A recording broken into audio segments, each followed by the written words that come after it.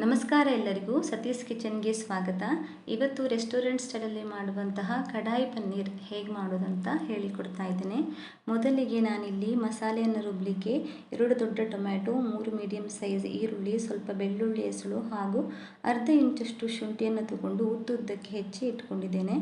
ನಂತರ ಒಂದು ಬಾಣಲೆ ಕಾಯಲಿಕ್ಕಿಡಿ ಸ್ಟವಲ್ಲಿ. ಅದು ಕಾದ ನಂತರ 1 ಸ್ಪೂನಷ್ಟು ಬೆಣ್ಣೆಯನ್ನು ಹಾಕ್ತಾ ಇದ್ದೇನೆ. ಬೆಣ್ಣೆ ಅಥವಾ ತುಪ್ಪ ಯಾವುದಾದ್ರೂ ಆಗ್ಬೋದು.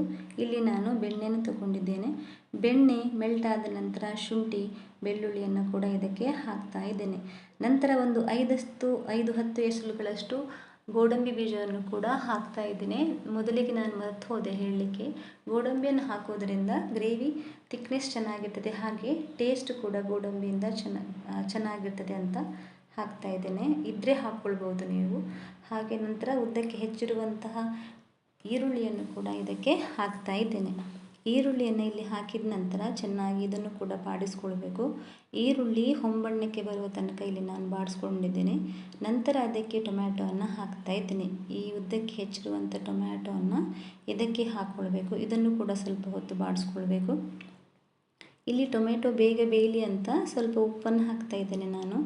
ಕೊನೆಯಲ್ಲಿ ಹಾಕಲಿಕ್ಕಿರ್ತದೆ ಉಪ್ಪು. ಈಗ ಸ್ವಲ್ಪನೇ ಟೊಮೆಟೊ ಬೇಯಲಿಕ್ಕೋಸ್ಕರ ಮಾತ್ರ ಹಾಕಿದ್ದು.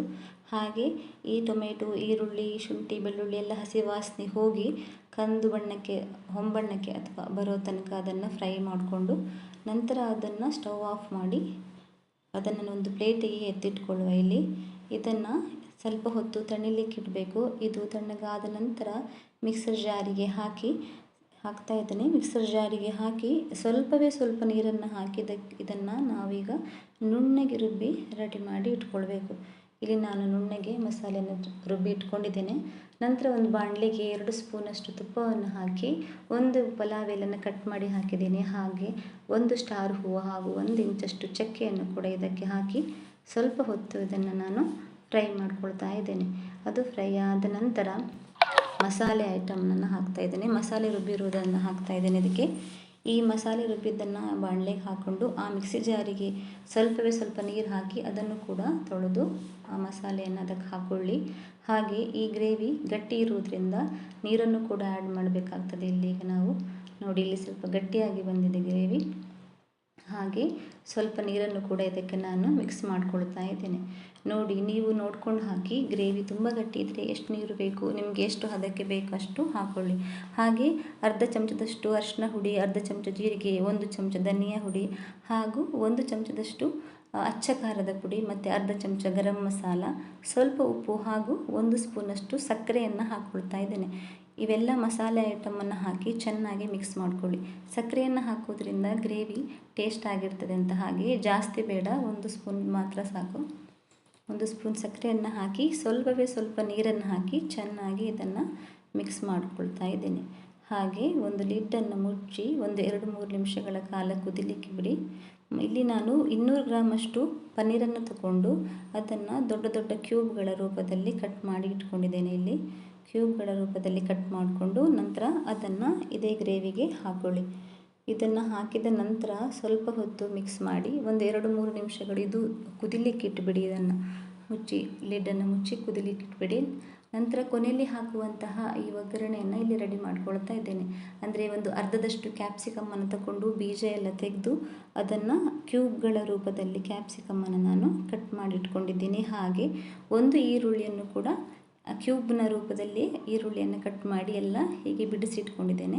ನಂತರ ಒಂದು ಬಾಣಲಿಗೆ ಸ್ವಲ್ಪ ಬೆಣ್ಣೆ ಹಾಕಿ, ಬೆಣ್ಣೆ ಮೆಲ್ಟಾದ ನಂತರ ಹೆಚ್ಚಿಟ್ಕೊಂಡಿರುವಂಥ ಈರುಳ್ಳಿ ಮತ್ತು ಕ್ಯಾಪ್ಸಿಕಮ್ಮನ್ನು ಹಾಕಿ ಸ್ವಲ್ಪವೇ ಸ್ವಲ್ಪ ಉಪ್ಪನ್ನು ಹಾಕಿ ಅದನ್ನು ಸ್ವಲ್ಪ ಶಾಲೋ ಫ್ರೈ, ಅಂದರೆ ಅರ್ಧ ಅದು ಬಾಡಿ ಹೋದರೆ ಸಾಕು ಅಷ್ಟು ಅದನ್ನು ಶಾಲೋ ಫ್ರೈ ಮಾಡ್ಕೊಳ್ಳಿ. ನಂತರ ಅದನ್ನು ಈ ಗ್ರೇವಿಗೆ ಹಾಕ್ಕೊಳ್ಬೇಕು. ಕೊನೆಯಲ್ಲಿ ನಾನು ಹಾಕ್ತಾ ಇದ್ದೇನೆ ಇಲ್ಲಿ ಗ್ರೇವಿಗೆ ಕ್ಯಾಪ್ಸಿಕಮ್ ಮತ್ತು ಈರುಳ್ಳಿಯನ್ನು. ಇದನ್ನು ಹಾಕಿದ ನಂತರ ಸ್ವಲ್ಪ ಮಿಕ್ಸ್ ಮಾಡಿಕೊಂಡು ನಂತರ ಕೊನೆಯಲ್ಲಿ ಕಸೂರಿ ಮೇಥಿಯನ್ನು ಇದಕ್ಕೆ ನಾನಿಲ್ಲಿ ಹಾಕ್ತಾ ಇದ್ದೇನೆ. ಮನೆಯಲ್ಲಿ ಕಸೂರಿ ಮೇಥಿ ಇದ್ದರೆ ಹಾಕ್ಕೊಳ್ಬೋದು. ಕಸೂರಿ ಮೇಥಿ ಹಾಕೋದ್ರಿಂದ ಗ್ರೇವಿ ತುಂಬ ಚೆನ್ನಾಗಿ ಸ್ಮೆಲ್, ಅರೋಮಾ ಚೆನ್ನಾಗಿರ್ತದೆ ಅಂತ. ನಂತರ ಕೊನೆಯಲ್ಲಿ 1 ಸ್ಪೂನಷ್ಟು ಹಾಲಿನ ಕೆನೆಯನ್ನು ಇಲ್ಲಿ ನಾನು ಚೆನ್ನಾಗಿ ಮೆಲ್ಟ್ ಮಾಡಿ ಕೊನೆಯಲ್ಲಿ ಸ್ಟವ್ ಎಲ್ಲ ಆಫ್ ಮಾಡಿದ ನಂತರ ಅದಕ್ಕೆ ಹಾಕ್ತಾ ಇದ್ದೇನೆ. ಹಾಲಿನ ಕೆನೆ ಮನೆಯಲ್ಲಿ ಇದ್ದರೆ ಹಾಕ್ಕೊಳ್ಬೋದು, ಇಲ್ಲ ಅಂದರೆ ಕೂಡ ಅದನ್ನು ಸ್ಕಿಪ್ ಮಾಡ್ಬೋದು. ಹೀಗೆ ಹಾಲಿನ ಕೆನೆಯನ್ನು ಮೆಲ್ಟ್ ಮಾಡಿ ಸ್ಟವ್ ಆಫ್ ಮಾಡಿದ ನಂತರ ಇದೇ ಗ್ರೇವಿಗೆ ನಾನು ಆ್ಯಡ್ ಮಾಡ್ತಾಯಿದ್ದೀನಿ. ಹಾಲಿನ ಕೆನೆ ಹಾಕೋದ್ರಿಂದ ಗ್ರೇವಿ ತುಂಬ ಚೆನ್ನಾಗಿ ಟೇಸ್ಟ್ ಆಗಿರ್ತದೆ ಅಂತ ಅಷ್ಟೇ.